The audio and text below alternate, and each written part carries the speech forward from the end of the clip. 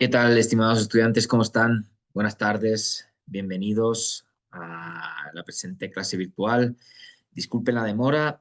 Bueno, vamos a dar inicio al contenido que está previsto en esta semana, la semana ya número 12. Continuamos avanzando dentro de este segundo bimestre y bueno, conforme lo hemos hecho durante el mismo, pues lo que vamos a tratar de igual manera esta semana es ver un nuevo tipo de contrato, un nuevo contrato, que se trata del contrato de compra-venta con reserva de dominio. Ese es el contrato que está previsto durante esta semana y bueno, vamos a compartir la presentación para que puedan seguir oportunamente el contenido previsto para esta semana, ¿de acuerdo?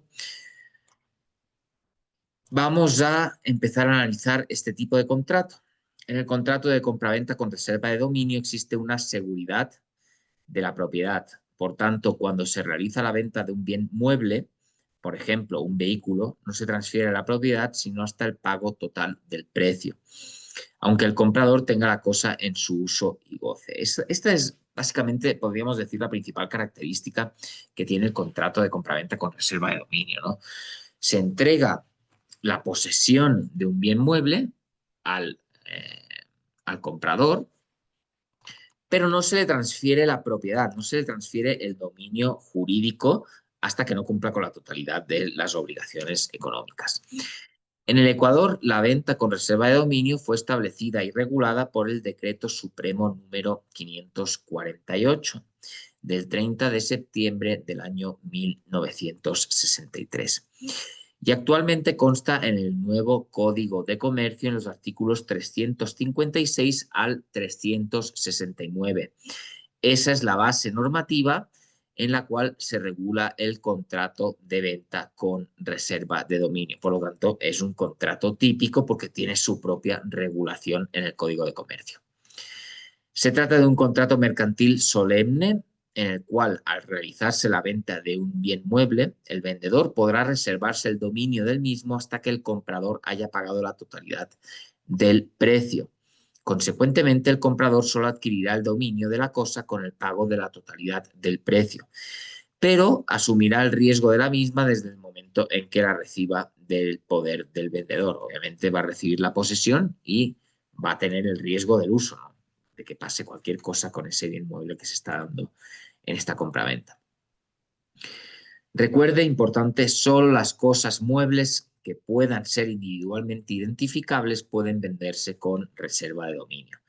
Este es un contrato que no es aplicable, no se puede celebrar un contrato de estas características, de esta naturaleza, para bienes inmuebles. Solo se puede realizar para bienes muebles, maquinaria, vehículos y cualquier otro tipo de bien mueble que se les pueda ocurrir.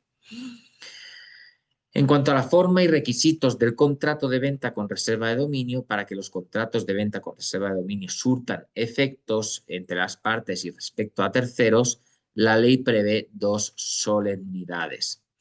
La primera de ellas es la celebración por escritura privada. El contrato se extenderá en 3 ejemplares, uno para el vendedor, otro para el comprador y el tercero para la oficina del registro. Los datos, el contenido que se sugiere y se recomienda que se incluya en este contrato es el siguiente. En primer lugar, nombre, apellido, profesión y domicilio del vendedor y del comprador, todos estos datos de ambas partes. Descripción exacta de los objetos vendidos, con todo lujo de detalle posible que permita identificar de manera clara y precisa cuál es el bien mueble objeto del contrato. Lugar donde se los mantendrá durante la vigencia del mismo, precio de venta, el precio total de la venta, fecha de venta, forma y condiciones de pago con la indicación de haberse emitido letras de cambio, pagarés a la orden u otros documentos u obligaciones que aseguren el crédito y firma de las partes. Pues obviamente como estamos entregando, bueno, el vendedor, la parte vendedora está entregando un bien mueble de su propiedad a alguien que todavía no ha cumplido con la totalidad de la obligación, pues es muy usual que se acompañe al contrato de compraventa con reserva de dominio de títulos ejecutivos que aseguren el cumplimiento de las diferentes cuotas o de los diferentes pagos previstos contractualmente, ¿no? Esto es muy habitual, se suele hacer mucho en la práctica y es totalmente viable para asegurar o para garantizar en mayor medida el pago por parte del obligado. Y el segundo requisito que encontramos para este contrato es la inscripción del mismo en el registro mercantil. Este contrato se inscribirá en el registro mercantil de la respectiva jurisdicción y en los lugares en que no exista se inscribirá en el registro de la propiedad. El registrador llevará un libro especial para registrar estos contratos y archivará el tercer ejemplar que le entreguen los contratantes, sentando en las copias de estos la correspondiente razón, lo mismo que las cesiones, modificaciones o reformas que hicieran los contratantes. Podrá otorgar copias o certificaciones cuando les sea requerido. Pues este es un requisito de validez del contrato de compraventa con reserva de dominio. Su inscripción en el libro correspondiente del registro mercantil. Esto le da validez y le da publicidad, le otorga publicidad frente a terceros, ¿no? Pues en el caso, imaginemos, por ejemplo, que el comprador quiere disponer o quiere realizar una venta de ese bien que todavía no es suyo a una tercera persona, pues ese tercero puede acudir al registro mercantil, obtener el certificado respectivo donde se encontrará anotado que presenta el bien este gravamen que le impide la transmisión del bien, ¿no?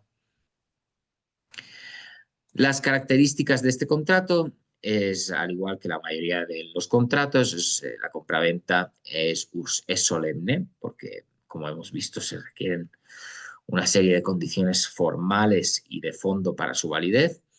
Es un contrato principal, bilateral, oneroso, conmutativo, de ejecución escalonada y nominado. Una de las características que podemos destacar en este caso es que es de cumplimiento progresivo, de ejecución escalonada, porque obviamente lo más normal es que con la entrega del bien se entrega o se abona una parte del precio, pero el resto que falta pues se va abonando en cuotas o en partes que están detalladas oportunamente en el contrato. Por eso es de ejecución y de cumplimiento escalonado. En cuanto a los derechos y deberes del comprador y vendedor, respecto al comprador, sus derechos son la entrega material del bien desde el momento en que se suscribe y se inscribe el contrato, tiene derecho a que se le entregue el uso y goce del bien mueble. Y tiene derecho a la tradición de la cosa una vez que pague la totalidad del precio. Estos son los derechos que tiene el comprador. Obviamente, una vez que cumple con todas sus obligaciones económicas y ha pagado la totalidad del precio pactado, tiene derecho a que se realicen los actos jurídicos oportunos o las formalizaciones oportunas para que se produzca la transmisión o la tradición del bien a su favor.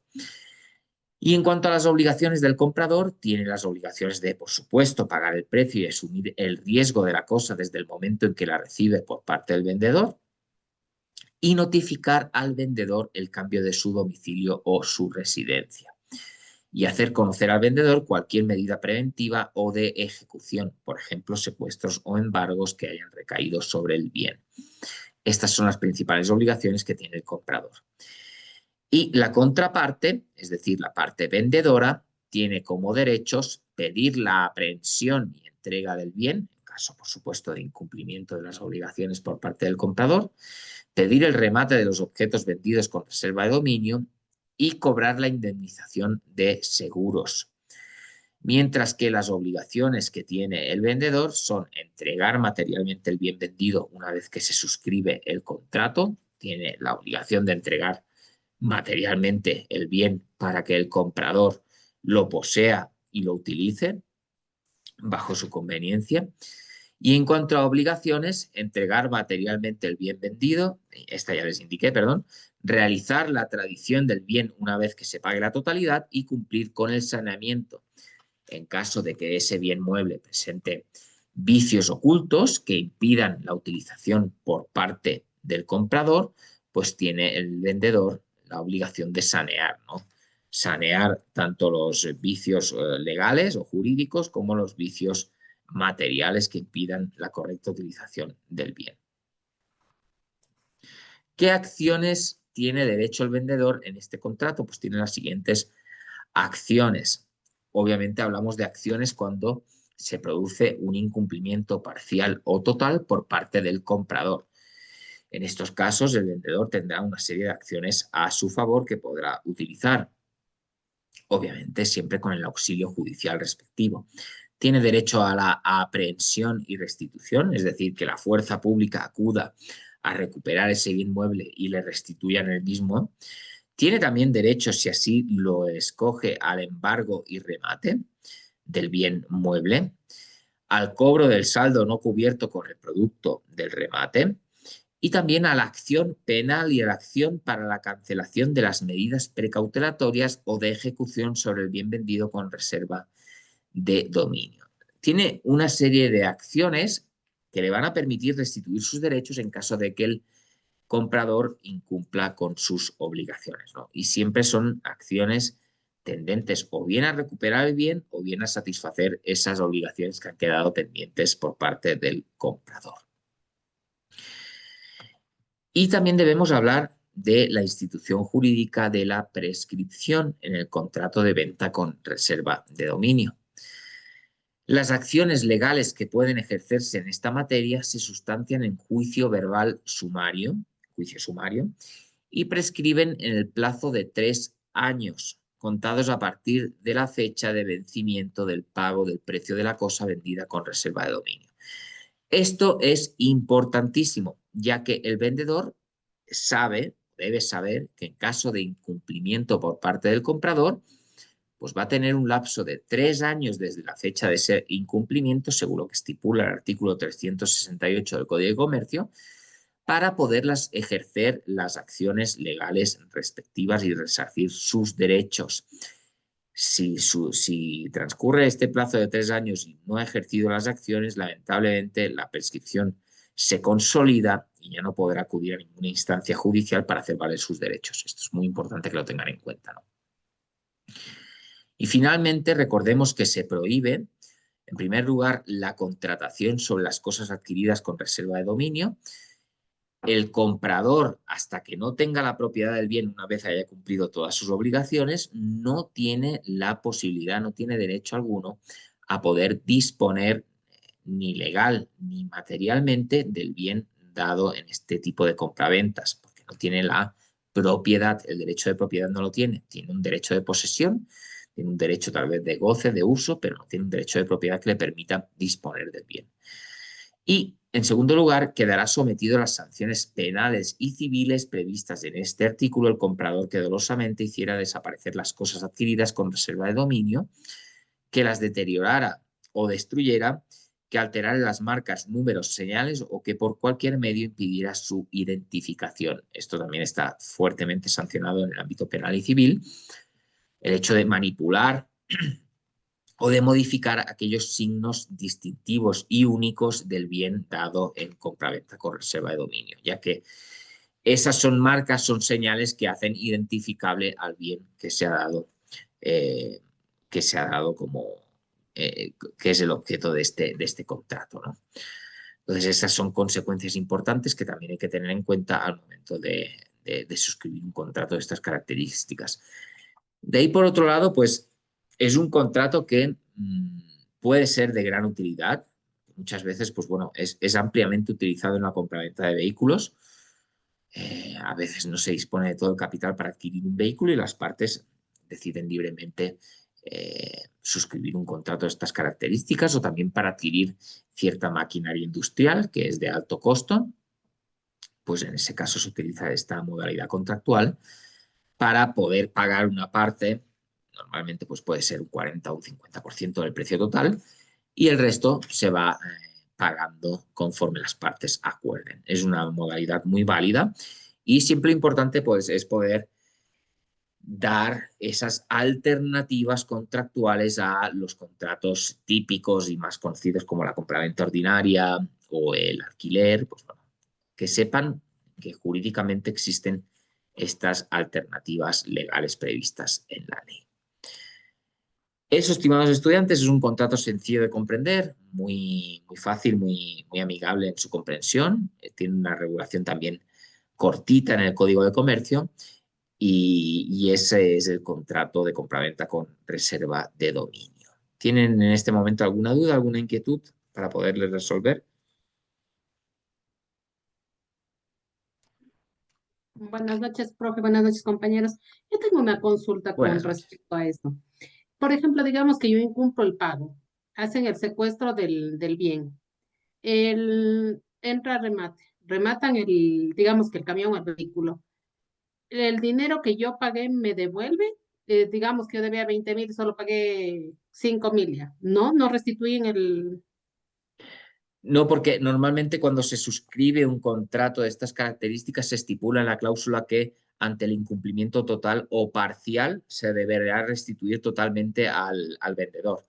Entonces, en la práctica no es que se le devuelve la cantidad que haya pagado al comprador, porque esa es una consecuencia de haber incumplido. Entonces, es importante al momento de suscribir como comprador un contrato de estas características saber que una de las principales consecuencias que va a tener el incumplimiento es que se va a perder todo el dinero que se haya pagado, porque se va a rematar el bien objeto de la compraventa. Ya, Ujú. profe, gracias. Y una pregunta que sería en un caso de un bien inmueble, por ejemplo, cuando se hace una minuta en una compra de una casa, ahí hay una cláusula penal, ¿no es cierto? Que ahí sí dice, bueno, si usted no cumple, ¿hasta qué valor es legal cobrar la cláusula penal?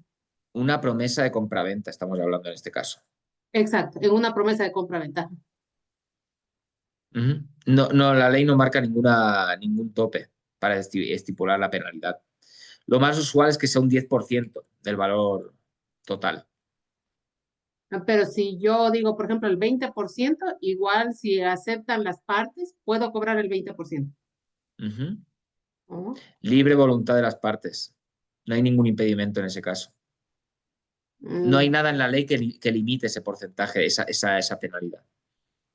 Pero lo mm, usual es que se pacte siempre un 10%. En la mayoría de casos es un 10%. ya, gracias, profe. De nada, de nada. ¿Alguien más tiene alguna pregunta?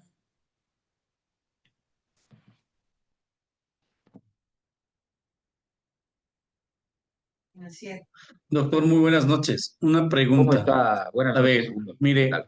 en caso de tener una deuda en una institución bancaria, ¿en qué tiempo prescribe esta deuda? Vamos. En caso de tener una deuda en una institución bancaria, eh, depende, porque la mayoría de veces para obtener un crédito en una institución bancaria nos van a hacer firmar un pagaré, una letra de cambio. Ahí se garantiza el pago de la obligación, ¿no? Como sabemos, como estudiamos en el primer bimestre, en el caso de pagarés a la orden y letras de cambio, pues tenemos un plazo de prescripción que son de 5 años, estipula el Código de Comercio, desde la fecha de vencimiento de la obligación. Pues, por ejemplo, si en un préstamo hemos firmado una letra de cambio o pagaré a la orden, sabemos que la entidad financiera tendrá 5 años para acudir a la instancia judicial respectiva y en el proceso ejecutivo para hacer valer sus derechos, en ese caso. Si no, debemos acudir pues ya a instancia del Código Civil para revisar el tema de la prescripción general de obligaciones, caso por caso, ¿no? Porque la prescripción varía en función del tipo de relación, de obligación. Debemos acudir al Código Civil para, en función de la obligación o de la relación contractual que exista, determinar cuál es el lapso de prescripción. Listo, doctor, muy amable. De nada.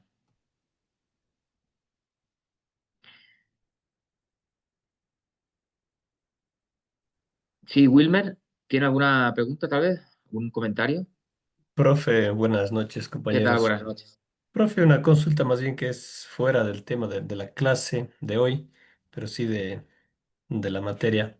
Ujú, Hay un caso donde, por ejemplo, un banco había dado un crédito a una persona y luego el banco, bueno, estuvo pagando normalmente las letras como tiene que pagar. Y luego el banco dejó de pagar la persona y el banco le llamó y le hizo firmar como dos pagarés ujú. por lo que estaba adeudando de esta deuda.